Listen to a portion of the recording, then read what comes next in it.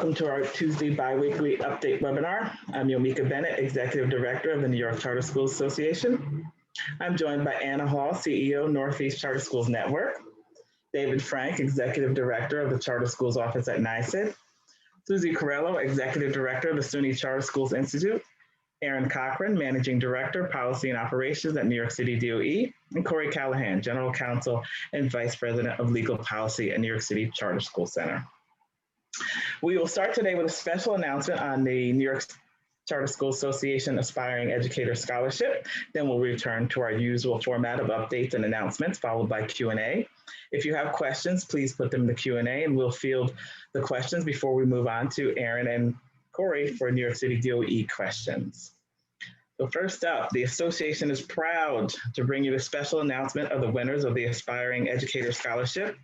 The Aspiring Educator Scholarship Program aims to support the charter school community's efforts of diversifying our teacher workforce to better align with the demographics of the families charter school serves, while encouraging current charter school students to pursue a degree in education.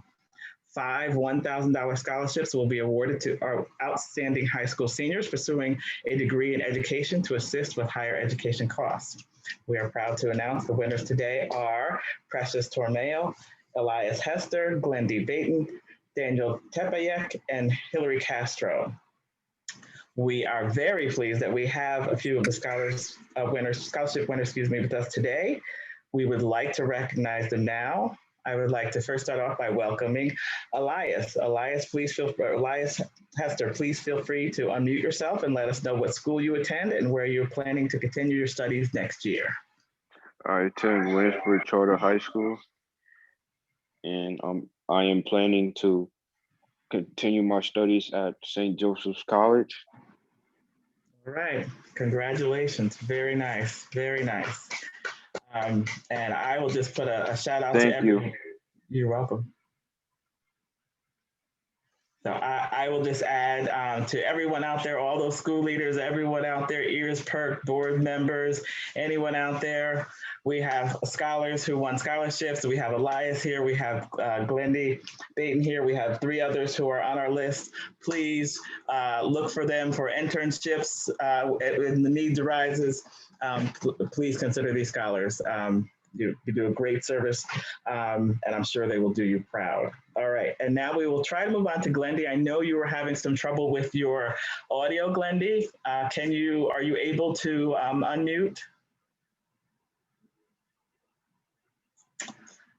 Well, I will take that as still having some difficulties. Well, congratulations. Congratulations again to our winners. Precious Tormeo, Elias Hester, Glendy Baton, Daniel Tepayek, and Hillary Castro. I am very, very proud that we were able to do this for the first time this year. I wish the scholars and the scholarship winners, all the students, very, very well. I see in the chat, I want the students, I want you to notice in our chat, you're getting a lot of shout outs and kudos out there. So we hope you do, again, very, very well. Best of luck in your future endeavors. And everyone out there, can we please give them a virtual round of applause? All right. And if I can just say too, Elias's mom is off to the side right there. Like, way to go. All right. And Susie, I want to ask if you want to make any comments or no, Susie, David, no, okay, no one else, everyone's fine. Okay, I see Elias's mom there. Listen, as a mother, I'm going to give due deference. Do you want to make any comments, Mom? I'm just so proud and thank you so much. Appreciate everything. All right, you're welcome, quite welcome. All right. Thank you, everyone. All right, we're going to return to our regular program now and talk about the updates that we have from the association. The headline for update, and let me go back. I apologize. I want to announce too that the schools that the winners have gone to. We have here Glendy Baton and Daniel Tepayek, our American Dream Charter School in the Bronx. Hillary Castro of Mesa Charter School in Brooklyn. Hillary plans to attend Bowdoin College next year. So, thank you. All right. The big headline for today's update portion is that governor's announcement that New York State has reached a 70% vaccination level and most of the COVID restrictions have been lifted. Social distancing, mask, and gathering requirements no longer apply in the majority of spaces and circumstances. However, restrictions remain in place for transit, healthcare, and you guessed it, pre-K through 12 schools. New York State Department of Health interim guidance still applies for schools. Masks and social distancing are required indoors in accordance with the guidance. On June 7th, the New York State Department of Health released interim guidance to update schools on reopening plans and to conform with recent recommendations from the CDC. The biggest change in this round of updates pertains to mask guidance, with the New York State DOH no longer requiring mask wearing while outdoors on school grounds and during school sports. Masks are still required indoors. In addition, social gathering requirements shall be maintained at 3 feet between students, as well as maintaining additional spaces for learning and avoiding congregate dining. The guidance continues to emphasize that schools should designate a responsible party to maintain and enforce COVID-19 safety protocols, and that schools engage with their key stakeholders to develop reopening plans that encourage full return to on-site learning in the fall. I know, it's coming. So as everyone eagerly awaits a decision on social distancing changes, and yes, we are still working on this to see what's going on, we, again, will continue to press for updates from New York State DOH and the governor's office and keep you posted. In the meantime, you can find the June 7th updated guidance at the link that we're dropping in the chat. There are also important updates for celebrations and graduations. Right now, what I can say is that it appears that the guidance for masks for unvaccinated attendees at end of year celebrations, graduations would still apply, but I need to confirm that. We will update you. I hope to have that update by tomorrow. We will send out an email. Look for that update on what the final word is on graduations and guidance and COVID restrictions. Okay, end of session. So as we know, the June 10th, actually wee early hours of the morning on June 11th, the legislature wrapped up the 2021 scheduled session last week. Bills and proposals that were on the association's watch list for support and opposition or opposition did not move. Thank you to all who shared the information about our statewide tour and rallied your school families. More than 800 letters were sent to legislators to advocate for education equity in great schools, including opposing anti-charter bills. While the legislature has gavelled out for the time being, they will reconvene at the call of their respective House leaders. This means that bills can still be voted on if the legislature returns before the end of the year, which means, of course, we will keep up our advocacy work. Please keep an eye out for emails and be sure to follow us on social media to stay up to date and take advantage of opportunities to join our advocacy efforts. And also, please share the word.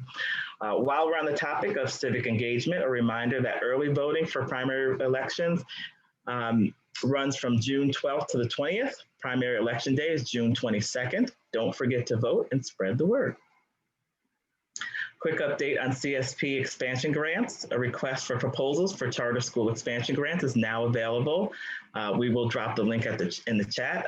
It is available from the NYSEG website. The link and emails for questions about these grants you will see in the chat. All charter schools, we're going to move now to annual report submission. All charter schools must submit an annual report to the Board of Regents by the first business day of August. The portal for submitting the annual report is now available. Since August 1st falls on a Sunday this year, the annual reports are due by 11:59 p.m. on August 2nd. Okay, I'm going to say that again. Since August 1st falls on a Sunday this year, the annual reports are due by 11:59 p.m. on August 2nd, 2021. Speaking of deadlines, a deadline for federal fund applications for ESSER 2 and GEAR 2 funds has been extended to June 30th, 2021. Recalculated allocations will also be sent out to LEAs early this week. So again, look for those recalculated allocations. If you have not already, the deadline to apply for the federal funds, the deadline is June 30th. Thank you. Moving on to open meetings law, the open meetings law authorization for remote remote meetings has been extended through July 5th. Now that extension was as of June 7th. So with today's announcements on reopening, that could change. We have requested information about this from the governor's office to determine whether or not the executive order would still be in place. We'll update you as soon as we know. As for now, the remote meetings authorization is extended through July 5th. Our data community of practice will hold a high school reporting workshop on June 23rd at 10 a.m. This meeting will feature a presentation from Lori Hazard from New York State Reporting and Accountability Team at Monroe 1 BOCES and feature Tracy Davey from ES BOCES. We encourage anyone who manages data at a school serving high school students to attend. The link to register will be shared in the chat. Schools should also be working to finalize their 2021 attendance reporting, including information about modality, whether virtual, in person, or both. More information on attendance reporting can be found by contacting your school's RIC or by viewing the recording of the last data working group meeting, which of course we are dropping in the chat. Finally, yesterday, June 14th, Governor Cuomo announced that families who were eligible for school meals but did not receive them would be eligible for $2.2 billion in food assistance. As in the past, these funds will be distributed by OTDA, the Office of Temporary and Disability Assistance. The most important action item for charter schools right now is to make sure that student contact information is updated and accurate and serves. We're putting a link to a copy of the governor's press release with more details on the program in the chat. That is it for our updates. Susie, David, welcome. Do you have any updates for us? Hi, everyone. I don't have any updates today. I'm so excited to attend, and I can't believe I'm saying this, in person. So many of our Board of Regents authorized graduations. It's very exciting. I would also just reiterate everything that Yumika said, all of those reporting deadlines, but congratulations on, I know the school year isn't quite over yet, but congratulations on getting to this point, particularly to your students. And we look forward to planning for next academic year. So I'll turn it over to you, Susie. Thanks. Just a couple of things. It's 2021-2022 school budget time. And a reminder from our budget team just to make sure that you're finalizing your budgets. They need to be board approved and submitted through Epicenter by June 30th. Wanted to thank everybody for all of the facility related documents that you've put in and the team's reviewing them, and we promise to follow up if there's any questions about what you've submitted. The application for charter renewal and accountability plan progress report templates are available on the new website. And in addition to having approved 3 new charter schools today at the committee meeting earlier this morning, the SUNY round 2 request for proposals for new charters is open. Intent to apply forms are due on July 6th and full proposals are due on the 12th. I think that's it for us. All right, great, thank you. We don't have any questions in advance. I'm going to turn it right over to you, Anna, for a Q&A. I'm still over here making like signals, like three, including first ever charter school in Poughkeepsie. So maybe we'll have a future Hollywood Squares where folks can welcome the new leaders of Little Water Preparatory to open in Poughkeepsie, and Intellectus Prep, which will join Amani in Mount Vernon. So I see an outdoor mask guideline question for New York City DOE, and I think another busing question that is potentially DOE, has this DOE center of gravity, but this is a conversation Yumika and I were having earlier today, and like maybe every day that has ended in Y in the last many months. So if folks want to sort of give their collective wisdom on this question of how do all students go back if busing is restricted? And I think the restricted question here is related to CDC guidelines still requiring social distancing, even if at only 3 feet. Anyone who's been on a school bus recently recognizes that that poses some challenge to the capacity of school buses. So Yomika, at the risk of putting you on the spot of a question that I know that we've already endlessly workshopped, would love to see if you have any words of wisdom, and then if other folks do as well. Sure. So the first thing I would say is that, right, in terms of how do we bring everybody back if we still have social distance, et cetera, right? Everybody knows the short answer is you probably don't do that well, right? You have to have some version of I don't know, of moving kids around. The longer answer to that, and this I have to preface by saying this is my prediction. This is Yomika Bennett's prediction, my thought on this, my reading of the tea leaves. This is not official policy. I haven't talked to anyone. That's right. I haven't talked to anyone like, who confirmed this. Madame right. Trelawney, right? That's For right. any Harry Potter That's fans, right. this is That's Yomika. right. That's right. That's right. And you know, and this is my opinion, and you know, for what it's worth, you might have to still get $2 to get on the bus, right?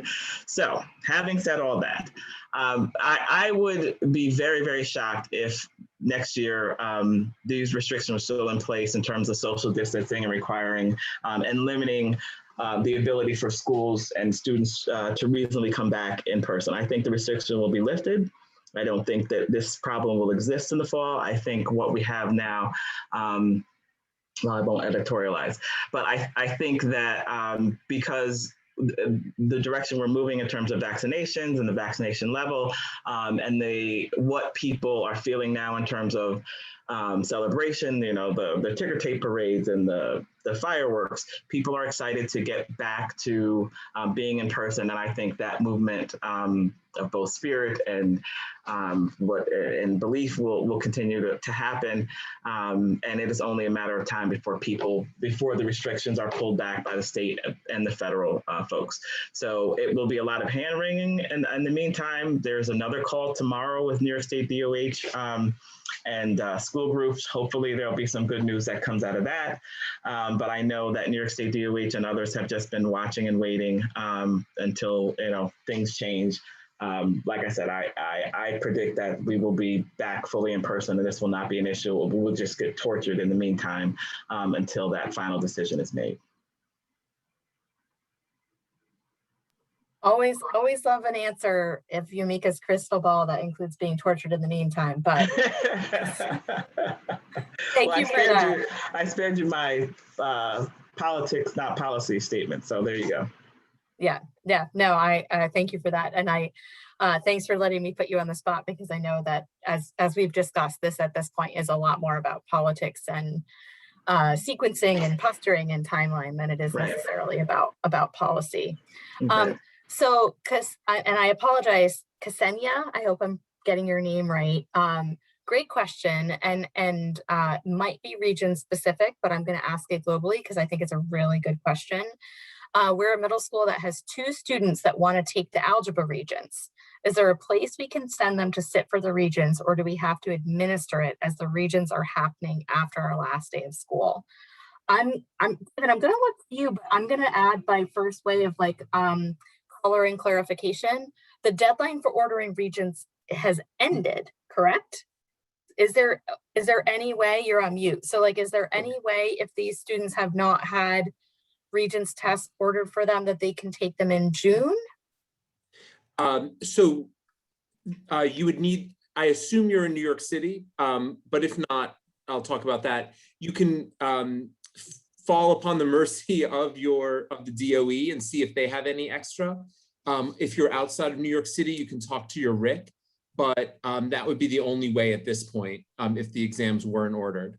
But, you know, or it is possible that other charter schools in your area might have extra exams. That's another thing that you can do, is see if other schools have them that you can get from them, but you have to follow all of the store transfer. Yeah. So you just have to be careful, but certainly you can get them. And I can look into this further, but as far as I know, you can make arrangements for students to sit for the exam at a location other than your physical school, as long as it's a school setting. But I would need to look into that further. But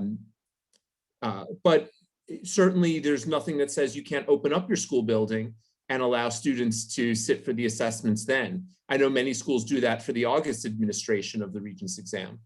If you've ordered the tests already though, right? Like if you don't, Ksenia, Right, but you can try to get the test and then administer. Oh, I see, and then administer Yeah. it. So how about this? Like we'll cut to the thick of it.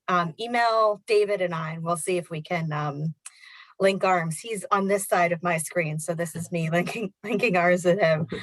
We can try to help you figure it out. But I think a major factor will be whether or not you already have the test in hand or not. Yeah, but where there's a will, there's a way. And listen, yeah, help these two 8th graders out. This is like, has the potential 4 years from now to make a big difference to their graduation and their ability to, who knows what that who knows what that diploma will be called 4 years from now. Their super special space aged paper. That's right, you never know. Exactly.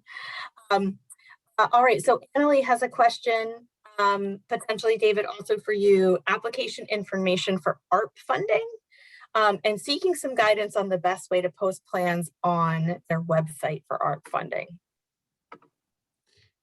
So everything ARP related is on the SED website, and I will put the link in the chat here.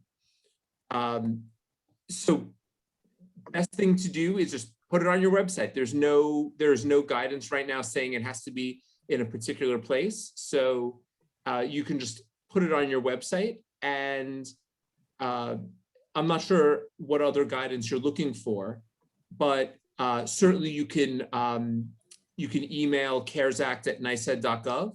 Our great team in our Office of ESSA funded programs would be more than happy to help you.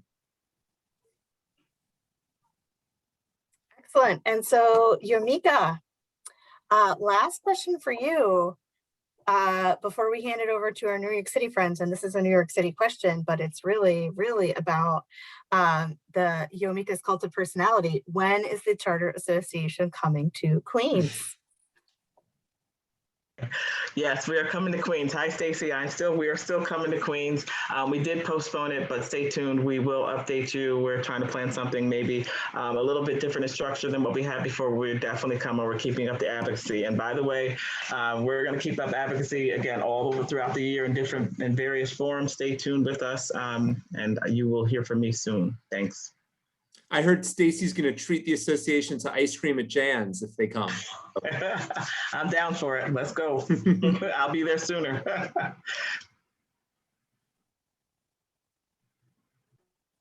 think that's it. Handing it over, Corey, to you and to Erin. Great, thanks so much. Good afternoon, everyone. Nice to quote unquote see everyone. We don't have much here. I think as many of you know, we do have the DOE call on Friday, which I'll post in the chat if you haven't already registered. And I know Erin has a couple of announcements about data updating addresses and stuff. And so I will turn it over to her for NYC DOE. Hey, Erin. Hey, thanks, Corey. Good afternoon, everyone. So first, a couple of quick pieces of information from Lori, who could not make the call today. So she just wanted to make sure that our DOE authorized schools knew that we have released instructions for how to submit the interim assessment data for DOE authorized schools. You received an email last week, and you should see it today in the C Weekly. The submission is due July 2nd, but we want to make sure that you read the instruction as soon as possible so that you can reach out ahead of time with any questions. Additionally, we have released the renewal application and guidance for the DOE authorized schools going through renewal next school year. You should have also received an email last week. If not, please definitely reach out to Lori. And then one final update from Lori, the full reporting calendar should be out in early July. So those are our DOE authorized updates. In terms of all New York City charter schools, yes, so we have a couple of data reminders. So just a reminder to folks, we know that people are really invested in making sure that students receive all the PEBT funds that they are entitled to. So there are two really important steps there. The first is to make sure that the student addresses are up to date in ATS, and this is always a best practice. The student's address is not their address unless it is reflected in ATS. So that would be good advice in general on a rolling basis, making sure that the addresses are up to date in ATS.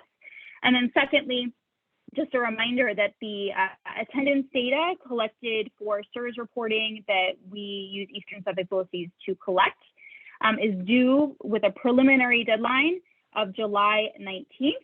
And that is an extremely important deadline. That modality information will determine the amount of benefits that your students receive when those funds are issued this fall. As of right now, the vast majority of schools have not started that reporting. So I just really want to make sure that folks know how important that reporting is so that your students are receiving all of the funds they are eligible for.